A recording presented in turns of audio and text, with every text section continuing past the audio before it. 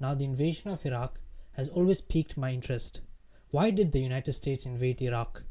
And why did the United States claim that Saddam Hussein possessed weapons of mass destruction, even though their own intelligence refuted them? And what was the causes of invading Iraq? Why really did they want to invade Iraq? Now, hopefully today I try to unveil the secrecy. Why did Bush and his men invade Iraq? And who were the main perpetrators of advocating for an invasion of Iraq? Saddam Hussein and his sons must leave Iraq within 48 hours. These are Arabs who are going to welcome us as liberators. Who will govern Iraq when Saddam Hussein is removed? The United States invasion of Iraq was supposed to be easy.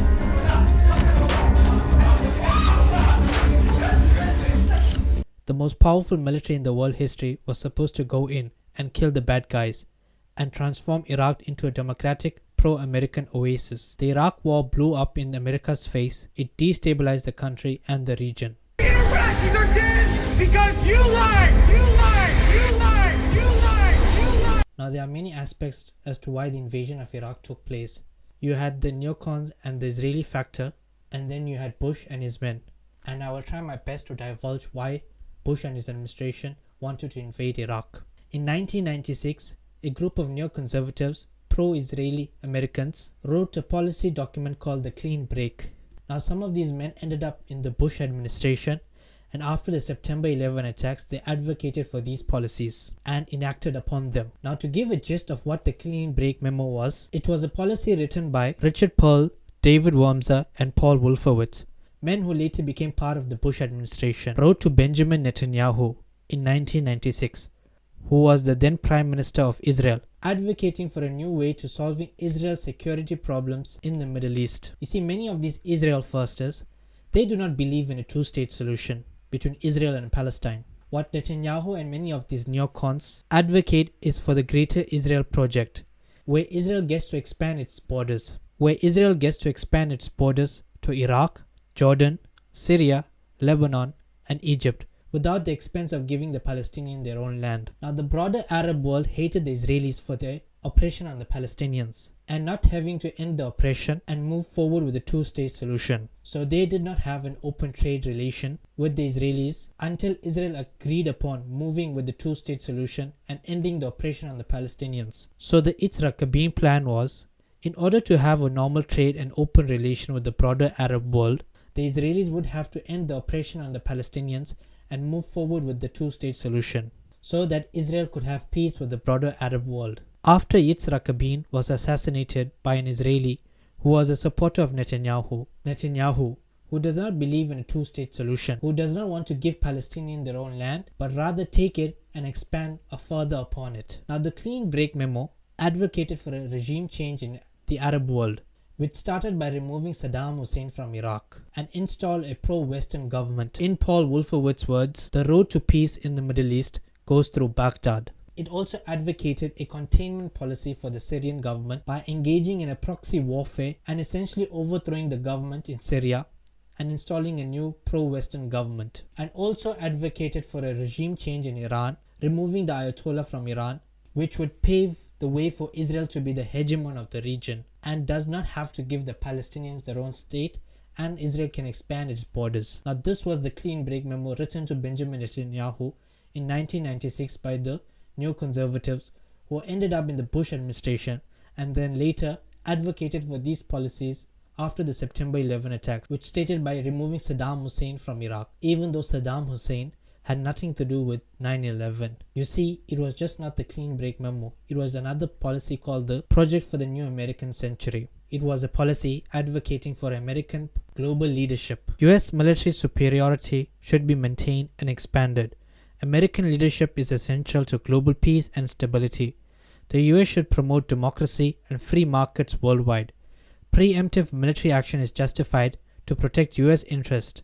The United States should reshape the Middle East to be more favorable to American and Israeli interests. Now, one of the key members who ended up in the Bush administration advocating for this policy and also the Clean Break Memo policies was Dick Cheney, the Vice President, Donald Rumsfeld, the Secretary of Defense, Paul Wolfowitz, Deputy Secretary of Defense, Richard Perle, William Kristol, Robert Kagan. Now, after the September 11 attacks, this was the perfect opportunity for the Israel Firsters, David Wurmser and Paul Wolfowitz, and the war hawks like Vice President Dick Cheney, Secretary of Defense Donald Rumsfeld, who advocated initially that Saddam was working with Al-Qaeda and had planned the September 11 attacks, and later retracted by saying that Saddam was in pursuit of building a nuclear weapon. Oh, the reason I keep insisting that there was a relationship between Iraq and Saddam and Al-Qaeda, because there was a relationship between Iraq and Al-Qaeda. This administration never said that the 9/11 attacks were orchestrated between Saddam and Al-Qaeda. We did say there were numerous contacts between Saddam Hussein and Al-Qaeda. For example, Iraqi intelligence officers met with bin Laden, the head of Al-Qaeda, in the Sudan. There's numerous contacts between the two. Now, here's a threat, and the world is better off, and America is more secure without Saddam Hussein in power. Bush administration that was trying to justify its invasion of Iraq. You had senior officials from the administration leaking to news outlets that Saddam was in on the September 11 attacks, and that he had the direct connection with Mohammed Atta, the lead hijacker, and that Saddam Hussein possessed weapons of mass destruction. You see, the Bush administration needed some connection connecting Saddam Hussein with Mohammed Atta, who was the lead hijacker in the September 11 attacks. And then later they started claiming that Saddam Hussein was in the cusp of developing a nuclear weapon. Now, this is according to the Business Insider. It details how senior CIA operatives give first-hand account as to how Bush and his men were misrepresenting intelligence and were trying to assert a connection with Saddam Hussein and Al-Qaeda. Now, this false intelligence included a supposed meeting with the Iraqi intelligence and Mohammed Atta, the 9/11 hijacker. It was confirmed by the CIA that this meeting did not take place. However, this became the administration's case for launching an invasion of Iraq. Now, the report further adds on that how Cheney kept stating that Mohammed Atta met with Iraqi intelligence, even though it was refuted by the CIA intelligence. The administration demanded the CIA, and I quote, "We want to be able to show that Atta was in Prague. Find the Iraq angle. There's got to be something, somewhere." And every time the CIA would reach the same conclusion that there was no connection with Mohammed Atta and Saddam Hussein regarding 9/11. I want to be clear, because I've heard you say this, and I've heard the president say it, but I want you to say it for my listeners, which is that the White House has never argued that Saddam was directly involved in September 11th, correct? That's correct. We had one report early on from another intelligence service that suggested that the lead hijacker, Mohammed Atta, had met with Iraqi intelligence officials in Prague, Czechoslovakia. And that reporting waxed and waned with a degree of confidence in it and so forth. Has been pretty well knocked down now at this stage. But so we've never made the case or argued the case that somehow Osama bin Laden was directly involved in 9/11. That evidence has never been forthcoming. Now, they wanted to link the September 11 attacks to Iraq, but had no substantiate proof linking Al-Qaeda with Saddam Hussein. You see, as Saddam Hussein hated Al-Qaeda, because Al-Qaeda is a fundamentalist group that believes in a caliphate and wants to reinstate that into the Middle East.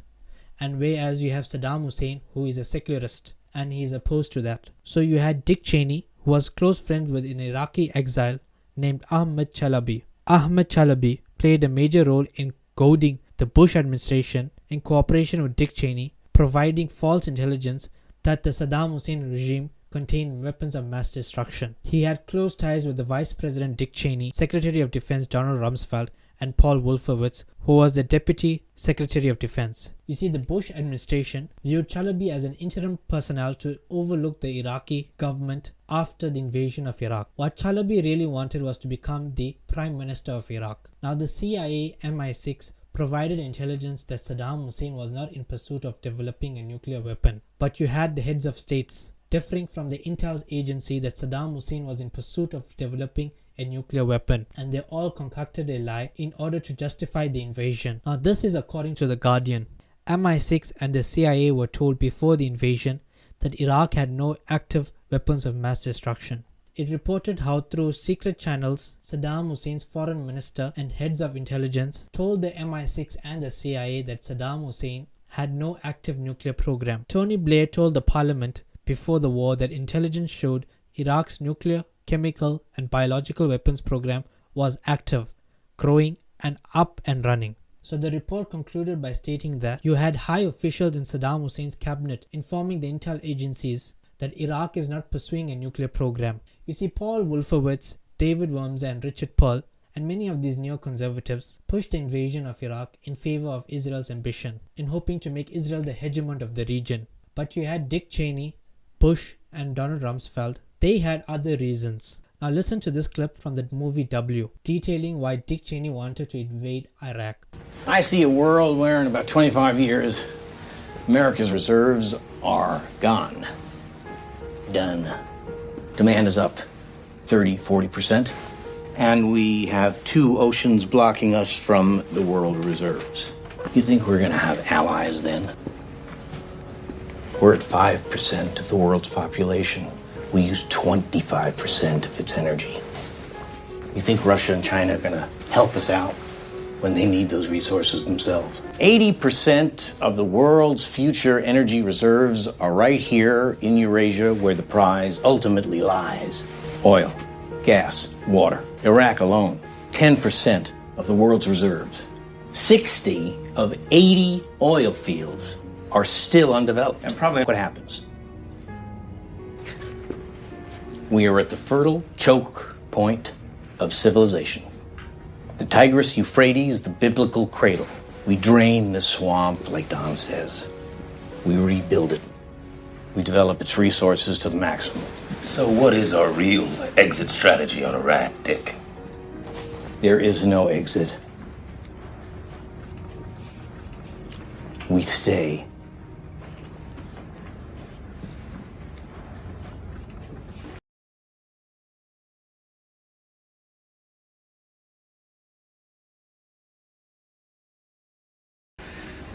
Where do you see a lack of American presence? Right in the heart of it all. What's missing? Iran. The mother lode, 3rd largest oil reserve in the world.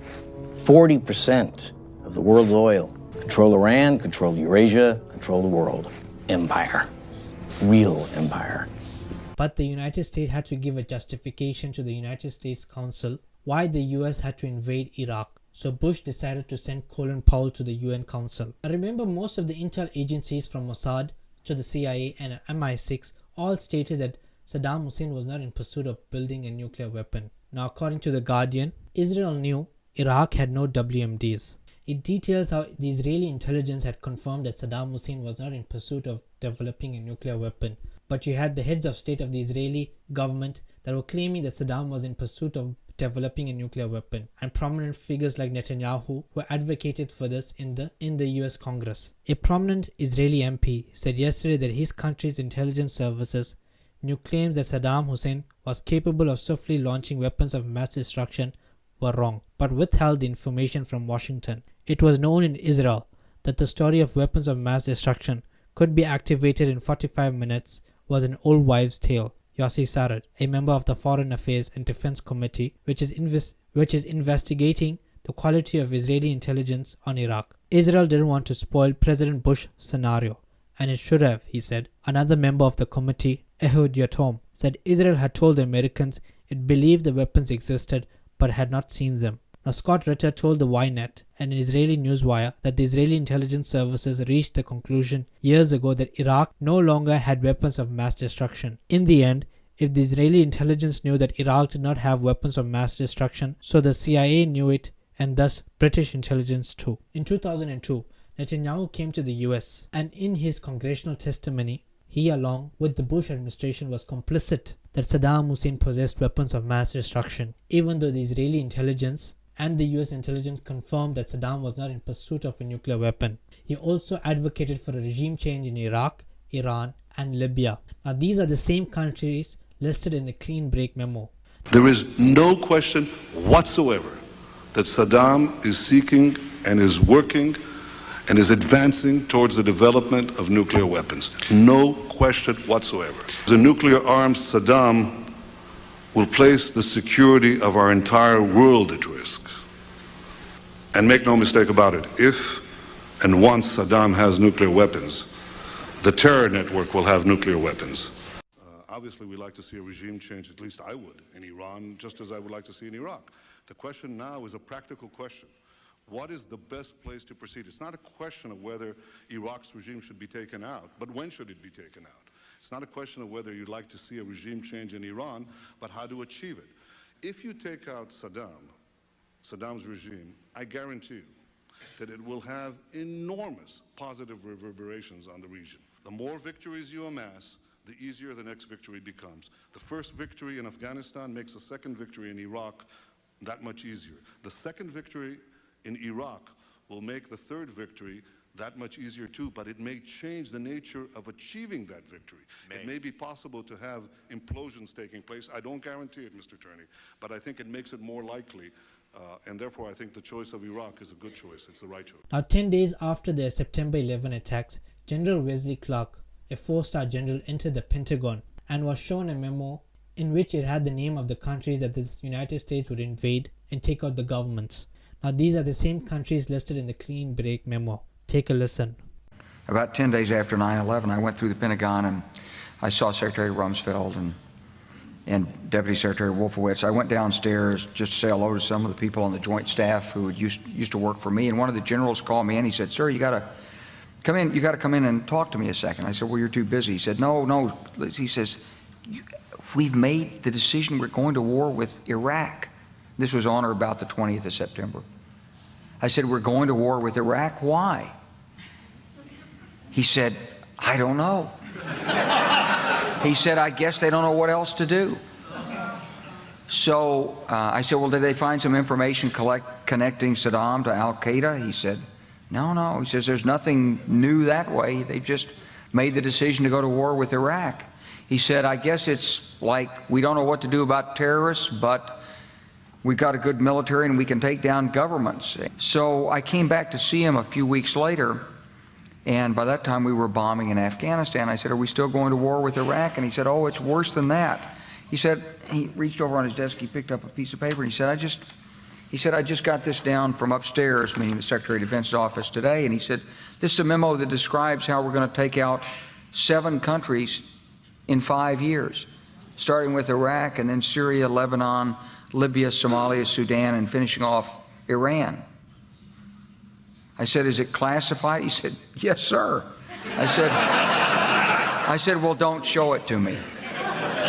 Saddam Hussein had nothing to do with 9/11, nor was he building a nuclear program. The Bush administration had their own reasons as to why they wanted to invade Iraq, and then you had the neoconservatives who were pushing for this policy on behalf of the Israelis, such as the clean break memo and the policy of the new American century. The decision of one man to launch a wholly unjustified and brutal invasion of of Ukraine. Iraq, too. Anyway. The United States invasion of Iraq led to destabilizing the country, millions of deaths, a militia uprising, and a sectarian civil war that led to destabilizing the region also, and where Al-Qaeda started to pour in Iraq after the US invasion of Iraq. That led to the rise of ISIS.